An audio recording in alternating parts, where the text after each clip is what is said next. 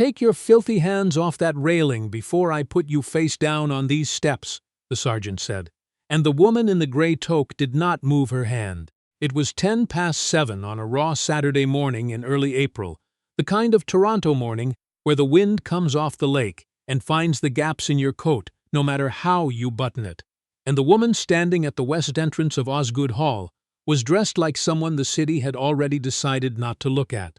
A canvas tote worn soft at the corners, a puffy coat the color of wet cement, patched with tuck tape at one elbow, gray sweatpants, running shoes that had seen a great many kilometers. Her breath came out in small clouds, patient and even, and she kept one gloved hand resting on the cold iron rail beside the door as though it belonged to her.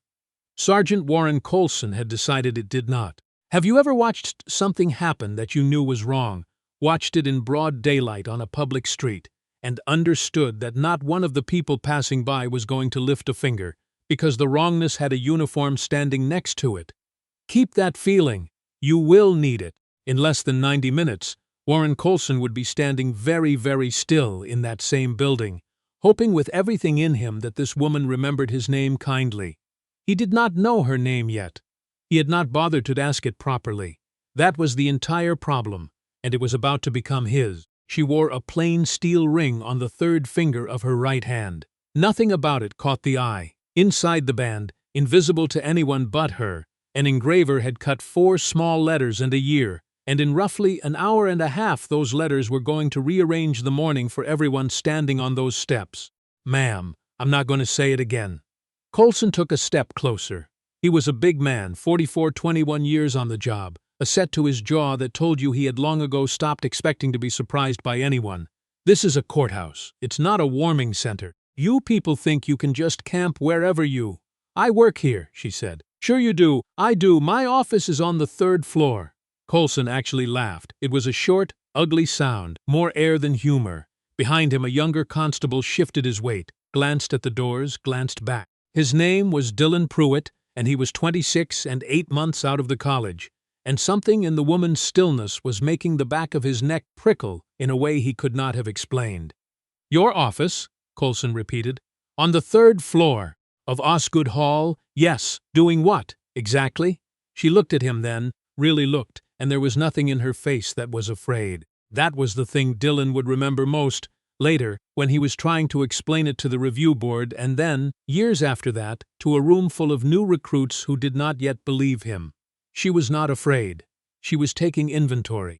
In the space of that one exchange, Naomi Achebe had already committed to memory the badge numbers on both officers' chests, the make and plate of the 2 cruisers idling at the curb, the location of the 3 security cameras she could see from where she stood. And the one she couldn't but knew was there because she had signed the maintenance contract herself. She had noted the courier locking his bike to the post across the street, the 2 law students in interview suits frozen halfway up the block, and the man in the good navy overcoat who had stopped on the sidewalk and lifted his phone, filming, grinning like Christmas had come early. Memory was not a gift she had been born with. It was a muscle.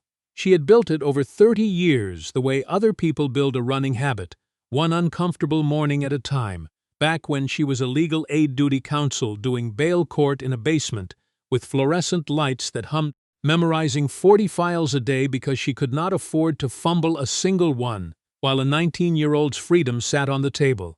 She had never lost the habit. She did not lose it now. "I'm going to ask you one more time to identify yourself," Colson said, "and then you're going in the back of that car."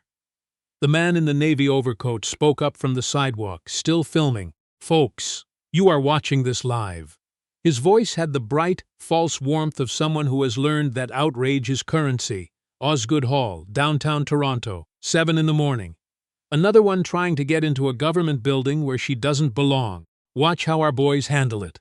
His name was Trevor Halloway. He was a defense lawyer with a decent practice and a much better online following than his practice deserved, and he had a hearing scheduled for Monday morning in this very building on the 3rd floor, in a matter he very badly wanted to win. He had 4,000 people watching by the time the numbers stopped climbing. He did not know that the woman he was about to make a spectacle of would be reading the decision that ended his week.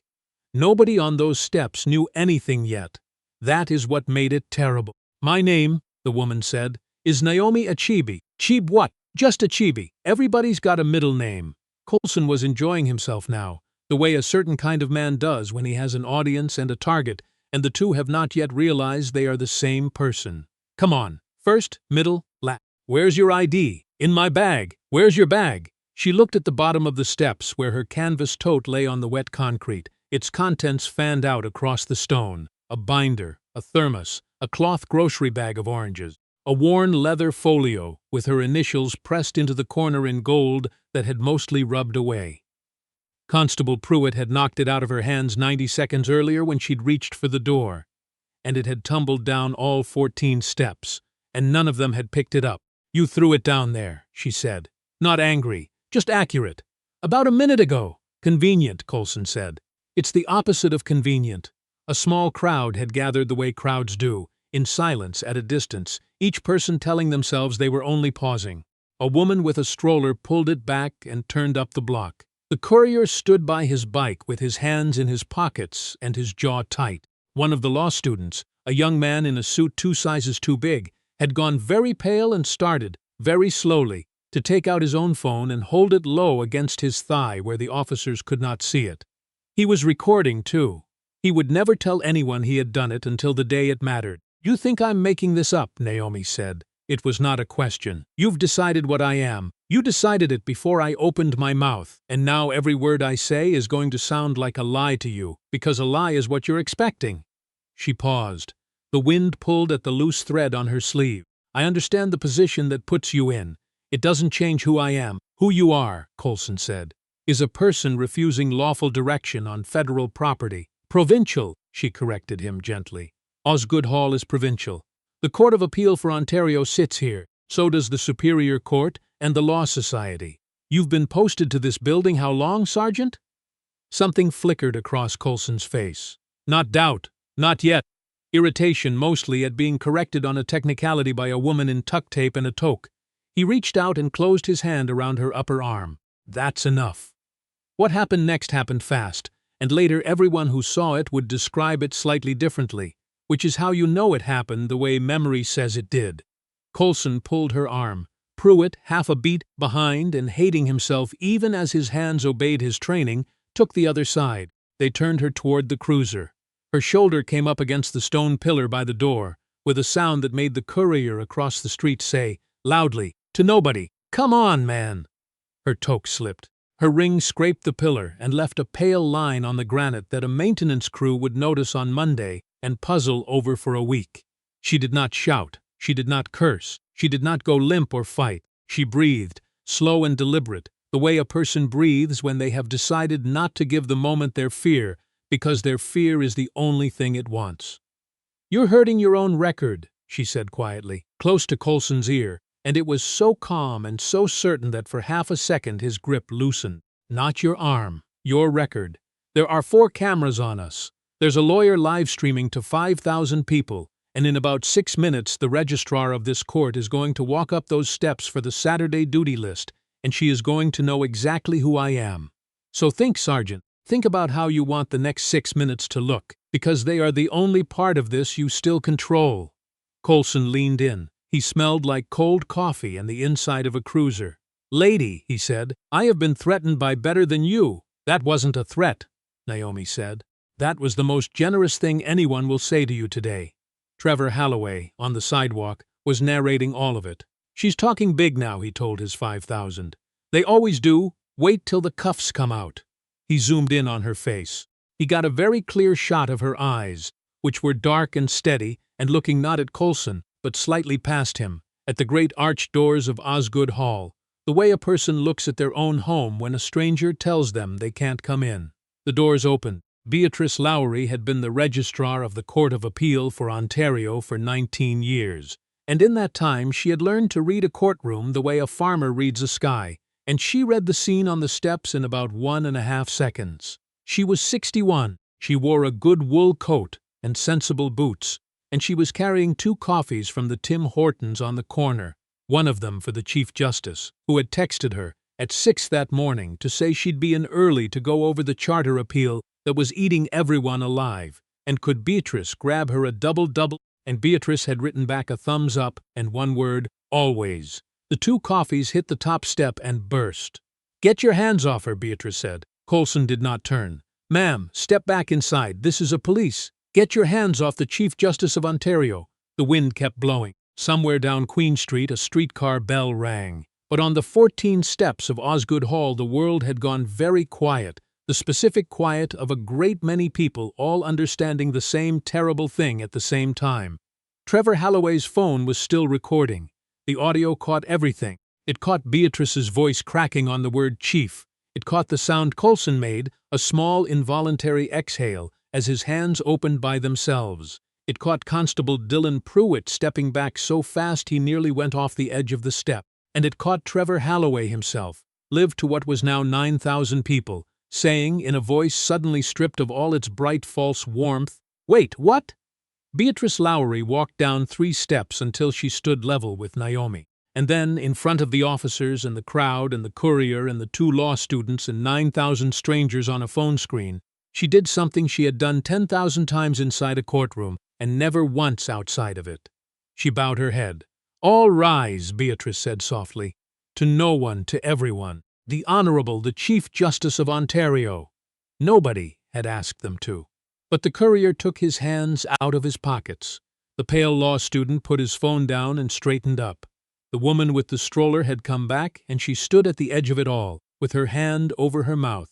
And Warren Coulson, 21 years on the job, a man who had been threatened, in his own words, by better than her, took 1 step back and then, not knowing what else his body was supposed to do, stood at something that was almost terribly attention. Naomi Achebe reached up with her scraped hand and settled her toque back into place. "You can put your arms down, Sergeant," she said. "Nobody here is going to rise for me. That's not what the phrase is for." She walked down to the bottom of the steps. She crouched. She began, without hurry, to put the oranges back in the cloth bag, and the binder back in the tote, and the leather folio last of all, tucking it against her chest. When she stood back up, she looked at Pruitt, the young one, whose face had gone the color of the granite, and something in her expression softened by a single degree. "Your name's Pruitt," she said. "I read your badge." "Yes, Your Honor." His voice barely made it out. "How long have you been doing this?" 8 months, Your Honor." She nodded slowly, as though he had confirmed something she already suspected.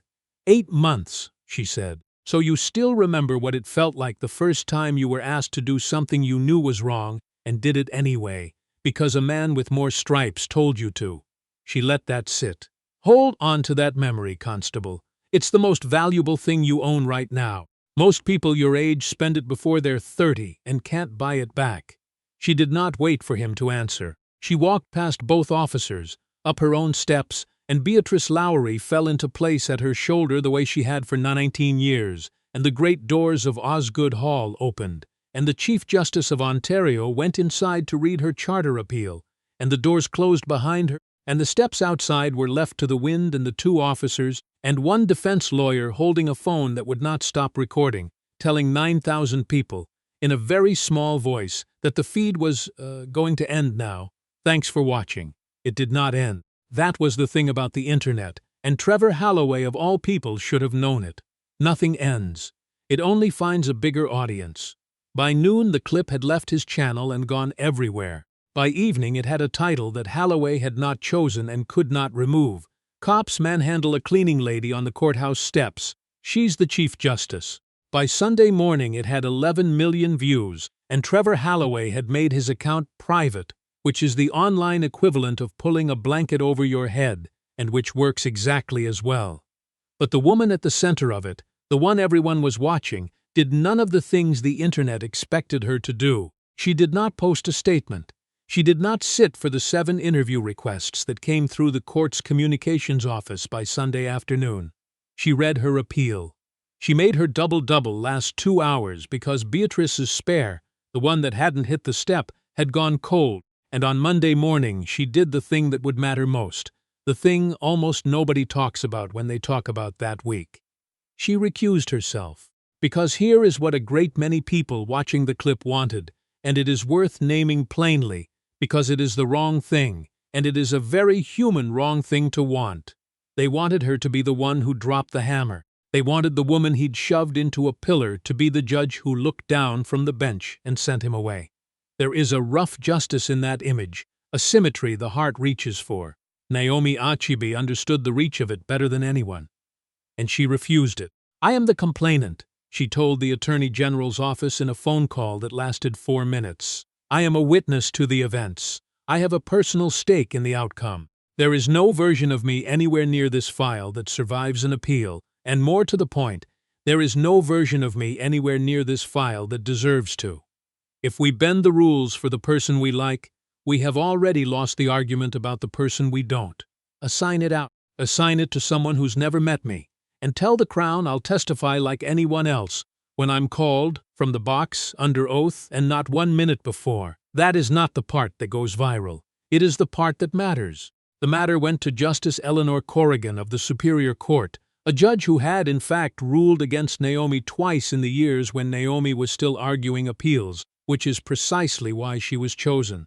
The Crown laid its charges. Sergeant Warren Colson was suspended without pay and charged with assault and with the offense of an officer neglecting his duty. Constable Dylan Pruitt was charged too, and here the story bends in a way the algorithm does not reward, because Pruitt did something Colson never did. He wrote it all down. Everything. Every word Colson had said in the cruiser afterward, every word he'd said the week before about people who camp at the courthouse, every time he'd watched it happen and told himself it was somebody else's call. He handed 12 pages to his staff sergeant and asked to be charged for what he'd done, which was put his hands on a woman he was not sure had done anything wrong because a man with more stripes told him to. His lawyer told him it was the worst legal decision he had ever seen a client make. Pruitt did it anyway. He said he'd rather owe the truth than owe Colson.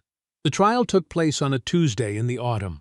The courtroom was full. The press gallery was full. Priya Menon was there. The city news reporter who, on that first Saturday morning, had arrived 20 minutes after everyone else and had done the one thing no one else had done, which was to film not the woman but the officer, badge numbers and all, and to say nothing while she did it. She would win a national award that spring for her coverage. She would say, in her acceptance, that she had not earned it, that she had simply been standing on the right step at the right time and had remembered that a camera pointed at power is worth more than a camera pointed at pain. Naomi Achebe testified from the box like anyone else. She wore a plain dark suit, not her robes. She was asked to recount the morning, and she recounted it without adjectives, badge numbers and plate numbers and camera positions, the whole thing, in a flat, clear voice. And when the Crown asked her how she had felt, she paused for a long moment before she answered. "The question I keep being asked," she said, "is how it felt to be treated that way when I am who I am. And I understand why people ask it. But it is the wrong question, and I would like, if the court will permit me, to answer a better one." Justice Corrigan nodded. Naomi went on. "It should not have taken a title for that morning to be wrong. If the woman on those steps had been exactly what the sergeant assumed she was, if she had been a person with no office on the 3rd floor, no ring, no registrar coming with her coffee, no 11 million people to see it, it would have been the same wrong, the exact same wrong to the last degree. The only thing my title changed was whether anyone would ever hear about it. That is not a comfort. That is the indictment." She looked for one moment at the gallery, where Dylan Pruitt sat in a gray suit with his hands folded, and she did not single him out, but her eyes rested there a half-second longer than anywhere else. "Dignity is not a reward for being important," she said. "It is not something you earn by turning out to matter. It is the floor. It is the thing you are owed before anyone knows your name, and the whole point of a floor is that it does not move depending on who is standing on it." The gallery was very quiet. Somewhere a pen scratched. Priya Menon wrote the sentence down word for word, and it ran the next morning above every version of the story. And it is the reason, more than the shove, more than the ring, more than the 11 million views, that people remember the case at all. Justice Corrigan did not deliver an angry judgment. She delivered a careful one, which is a different and rarer thing. She found Warren Colson guilty on both counts. She sentenced him to a term of imprisonment and to a period of probation, and to the loss of the career he had spent 21 years believing entitled him to be right. She noted his lack of remorse. For Colson, even at sentencing, had offered a version of an apology that was really a complaint, an apology that began with the word if, and she noted, for the record, that his conduct had not been an aberration but a habit, and that habits are chosen 100 small times before they are performed in public once. To Constable Dillon Pruitt she was gentler, because he had given the court a reason to be, and because the law, when it is working, knows the difference between the man who builds the fire and the boy who was handed the match. She recorded a conviction. She imposed no jail. She said on the record that his 12 pages had done more for the administration of justice than most trials she had presided over, and that she hoped he would find a line of work that deserved what he had shown that day, because policing, in her respectful view, had not. He took the hint. Dillon Pruitt handed in his badge before the new year. He enrolled at the University of Toronto in the winter term, in social work, on a bursary from a small foundation that did not print its founder's name in the brochure. He is, at the time of this telling, in his final year, and he does his placement at a drop-in center 4 blocks from Osgoode Hall, and on cold mornings he brings the men outside the courthouse coffee, before anyone can tell them to move along, and he has never once, not one single time, told them who he used to be. Warren Coulson served his sentence. He wrote one letter, near the end of it, and it was addressed to the Chief Justice, and it did not begin with the word if. It was 3 sentences long, and it did not ask for anything. Naomi read it once, and set it in a drawer, and did not reply, because there are apologies that are owed to a person, and there are apologies that are owed to the world. And she understood that his was the second kind, and that the world would collect on it in its own time, and not through her. Trevor Halloway lost his Monday hearing, though not to her. She'd recused from that too the moment she recognized his face on the steps. He kept his license. He lost his following, which had only ever loved the version of him that was cruel, and which left the moment the cruelty stopped being fun to watch. He is still practicing. He does not livestream anymore. Someone who knew him said, a year on, that he'd taken on more legal aid files than his practice could really carry, and that when you asked him why he'd get a strange look on his face and change the subject. Make of that what you will. People are not one thing. That is the whole reason any of this is worth telling. 1 year to the day after that raw April morning, there was a small gathering on the west steps of Osgoode Hall. The wind came off the lake the same as it always did, but this time the crowd on the steps carried nothing sharper than paper cups, and the person at the center of it was not being dragged anywhere.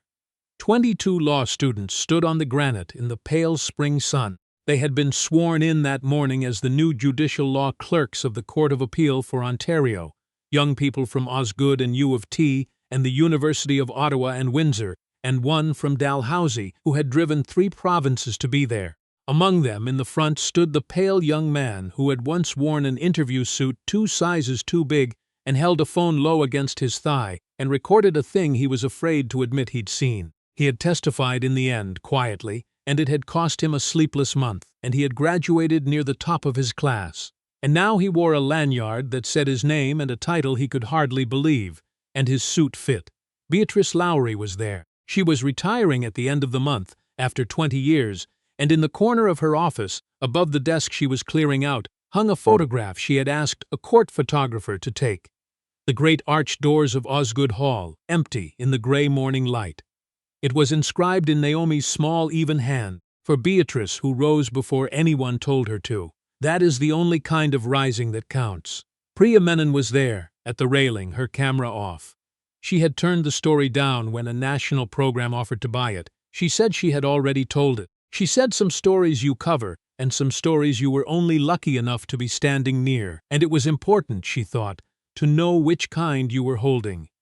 And Dillon Pruitt was there, at the very back, in a gray suit that was not a uniform, standing where he could see and not be seen. Naomi found him with her eyes across the whole crowd, the way she found everything, and she inclined her head half an inch, and he inclined his back, and neither of them said a word, because everything worth saying between them had already been said in a courtroom under oath, which is the only place either of them fully trusted words to hold. Naomi Achebe came out of the building last. She was not wearing her robes. The robes stayed inside, where robes belong, on the hook by the door of a chamber she still could not quite believe was hers.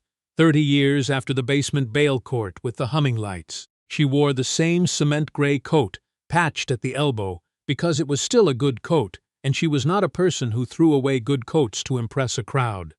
A young reporter near the railing, new on the beat, lifted a microphone hopefully. "Chief Justice, anything you'd like to say on the anniversary?" Naomi paused. She looked at the 22 young people in their new robes and at the granite pillar with the pale scrape near the base that the maintenance crew had never quite been able to buff out, and at the empty gray step where a canvas bag had once spilled 14 feet of oranges and paperwork, and where nobody, not one single soul, had bent down to help.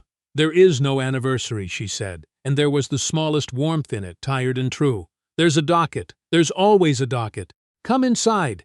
We're behind."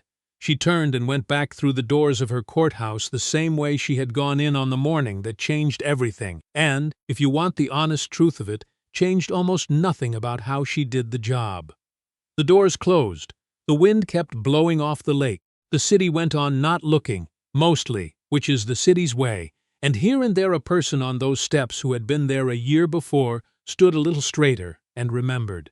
So here is what I want to leave you with, before you go. The thing that woman said from the witness box, that dignity is a floor and not a reward, that it is owed to you before anyone knows your name, that is the whole of it. That is the whole story. And everything else, the ring and the reveal and the 11 million views, is just the noise the truth had to make to get anyone to listen. Most people who were shoved on those steps that year did not turn out to be a Chief Justice. Almost none of them did. They turned out to be exactly who the world assumed they were, and they were owed the exact same thing, and they did not get it, and there was no clip. If this story reached something in you, do this one small thing. Leave a comment below with a single word. Floor. So I know which of you are still thinking about the ones without the ring. Share it with someone who needs to hear that they don't have to be important to be treated like they matter. And if you want more stories like this one, the true feeling ones, the ones about the quiet kind of justice that arrives late and speaks softly and means it, then subscribe, because next week we're telling the story of a hospital janitor who was ordered to stop touching a dying patient's hand. Until the moment the head of the entire cardiac unit walked in and called that janitor by a name nobody on that ward had ever heard. Stay for that one. It's a good one, and take care of each other out there, eh? It's colder than it looks.